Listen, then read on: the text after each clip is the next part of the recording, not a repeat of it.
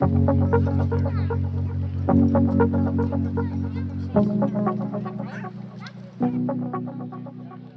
morning and welcome everyone. On behalf of the Europe in Action project, which is an Erasmus Plus project, what we are running since 2 years now, so it's the 30th now. And welcome at the Sport Campus, Zuiderpark in The Hague. In our project group we have partners and they are here as well, so hopefully you can meet each other. It's partners from Slovenia, Poland, Portugal, Turkey and from Tavisa, an international organization. And today we focus on the subject of active cities. And that is one of the 13 themes we have selected together as important themes for the Sport for All movement. And more people live in urban areas. Today we will learn how many.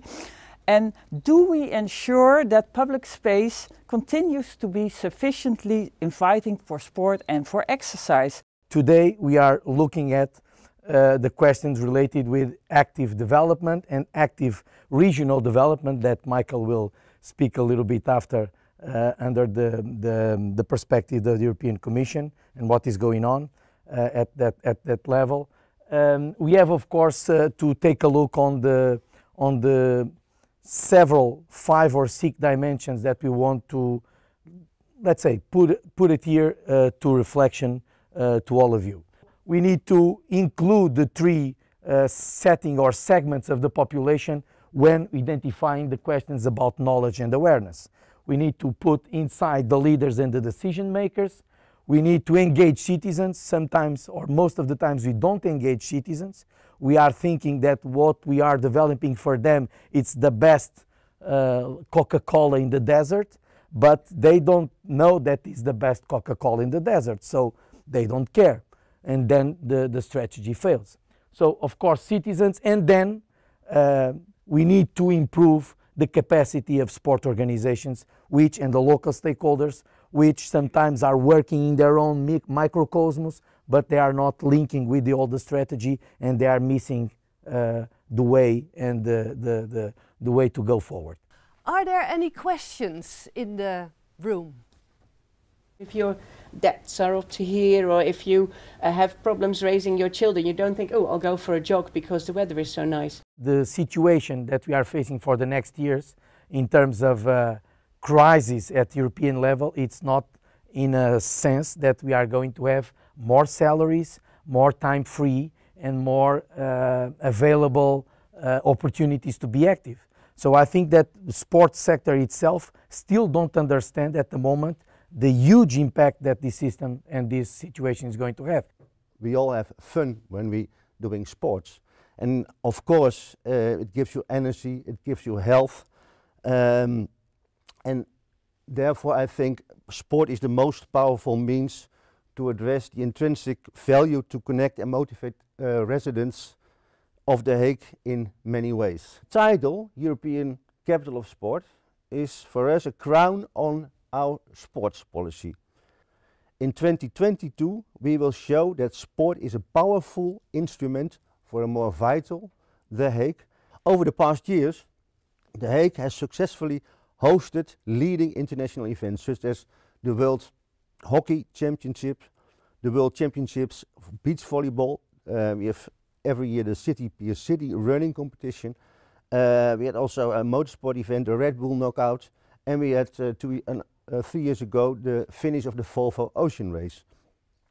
The city has set a new standard because during these events we aim to include different parties, for example by organizing recreational sports side events or organize activities like clinics for youth, and by making connections with other fields such as culture, health or the economy. So the active development is really about integrating physical activity and sport in your regional development and in your local development, and making sure that it is on the top of minds of local and regional policymakers, and that they think of sport and physical activity, especially the ones who are not already in sport and physical activity. And that is a challenge, without any doubt. We developed the city around the car, and Well, it was very lovely. If you wanted to come by car to the city and you wanted to reach the city center very efficiently, you could, and you still can. But we discovered that we had little space for pedestrians, for cyclists. Even though all of the people in the Netherlands love to cycle a lot, in Rotterdam they did not cycle so very much. They did not walk so very much because, well, the cars, they are always there. Lex Burdorff, he researched the influence of socioeconomic factors, environment, air quality and behavior on health and life expectancy. And Lex, he discovered that on average the inhabitants of Rotterdam live 1.5 years shorter than Dutch inhabitants. And when he plotted it on this map, and this is why I show you this map, he discovered that in the far northeast, if you live there, you have a life expectancy of over 8 years compared to someone who lives at Maashaven station. This really was a shock for a lot of people and a lot of policy makers. So we decided we had to change something in the city. In this plan, sport and exercise got quite a good place, which was a winning point for us from the sports department, because normally we would be talking, we would be telling them, we are the believers, we would be telling how important sports and exercise is for a good health. And in this plan, it was a little bit way around. We were invited to participate in making this plan, and we were invited to share our knowledge and to help get the plan right to reach the people and to make them healthier but also happier. We work on Sport for All, we've got programs for that. We work on programs for elite sports, to get talents, to find them, to educate them, to develop them, to give them a podium with the nice sports events that we have. We work on the right facilities, both the formal facilities like sports halls and the informal facilities on the streets. And fourth, we work on the impact of sports. Are we already a global active city? We are on the way to discover that. We want to learn and develop, because we see that we need to work more cross-sectoral. This is the main thing that when we discussed what should be new in our new sports policy, it was always the cross-sectoral cooperation that was the problem, with not really increasing sports participation. So we thought that maybe if we have a focal point and a common ambition to work with our partners in the city to become a global active city, to get that label supported by TAFISA and the IOC, that we could have partners enthusiastic to work with us and to cooperate more. And this is a thought that we have.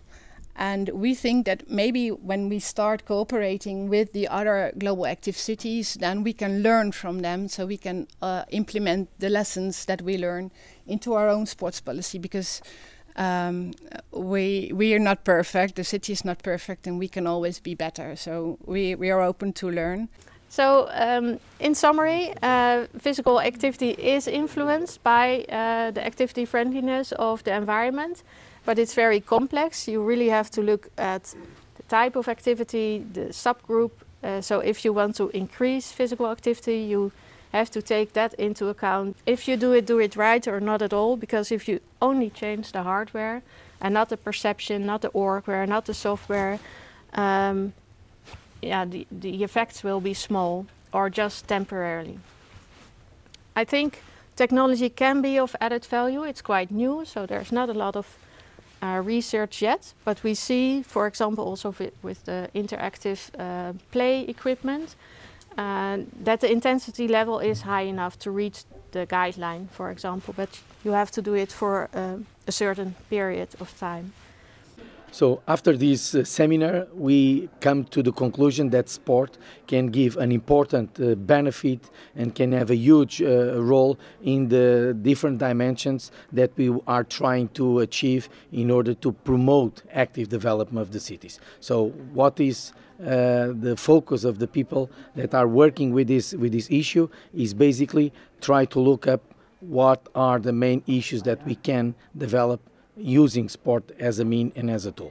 What we intend to do with Erasmus Plus is bring together different cities who are working on that active city concept, and make them share also the different elements, plus that you bring together in partnership with Tafisa, a number of cities, a number of organizations who are really working also on the grassroots sports level. And that is exactly one of the aims that we have with Erasmus Plus, so that we can bring together all these European players and that they can help also in supporting the sport developments at the European and regional and local level.